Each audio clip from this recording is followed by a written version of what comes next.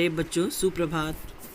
मैं नागरिक शास्त्र प्रवक्ता श्रीमती उषा कुशवाहा आप सभी का ऑनलाइन क्लासेस में स्वागत करती हूँ। बच्चों, पिछले लेक्चर में मैंने आपको द्वितीय अध्याय एक दल के प्रभुत्व के दौर के अंतर्गत लोकतंत्र की सफलता में बाधाओं का वर्णन किया था। आज मैं आपको पहले 3 चुनाव में कांग्रेस के प्रभुत्व के विषय में पढ़ाने जा रही हूँ। भारत में सन 1885 ईस्वी में भारतीय राष्ट्रीय कांग्रेस की स्थापना हुई थी।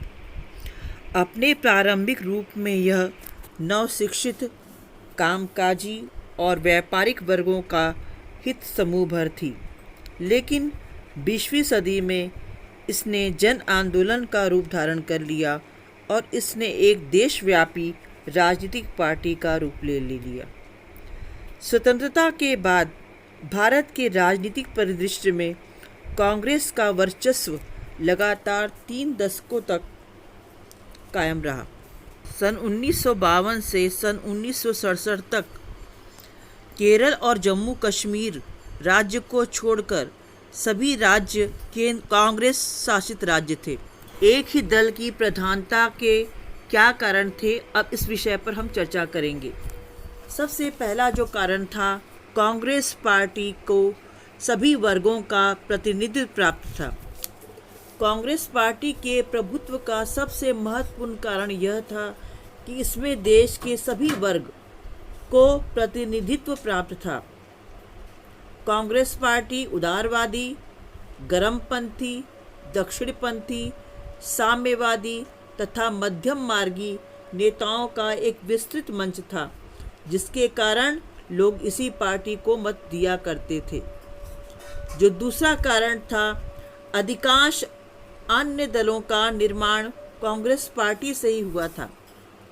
स्वतंत्रता प्राप्ति के प्रारंभिक वर्षों में जितने भी विरोधी राजनीतिक दल थे, उनमें से अधिकांश राजनीतिक दल कांग्रेस में से ही निकले थे, जैसे सोशलिस्ट पार्टी, प्रजा समाजवादी पार्टी, संयुक्त समाजवादी पार्टी, जनसंघ, राम राज्य परिषद तथा हिंदू महासभा आदि। तीसरा जो महत्वपूर्ण कारण था, कांग्रेस का चमत्कारी नेतृत्व। कांग्रेस में जवाहरलाल नेहरू जो प्रथम प्रधानमंत्री बने, भारतीय राजनीति के सबसे करिश्माई और लोकप्रिय नेता थे। नेहरू ने कांग्रेस पार्टी के चुनाव अभियान की अगुवाई की तथा पूरे देश का दौरा किया।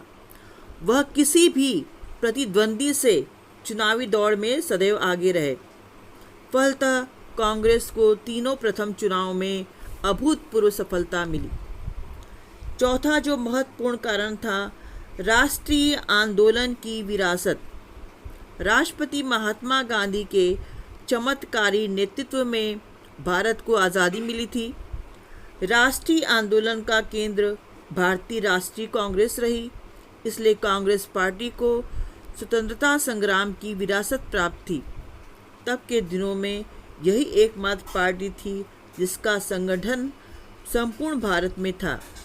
इसी का लाभ चुनाव में कांग्रेस पार्टी को सदैव मिलता रहा। पांचवा महत्वपूर्ण कारण था, गुटों में तालमेल और सहनशीलता।